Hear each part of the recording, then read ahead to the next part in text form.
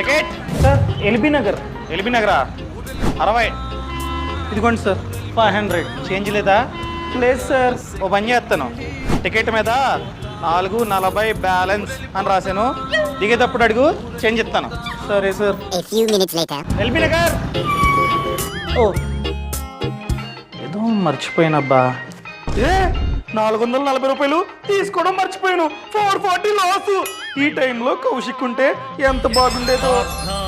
కౌశిక్ నువ్వెందుకు?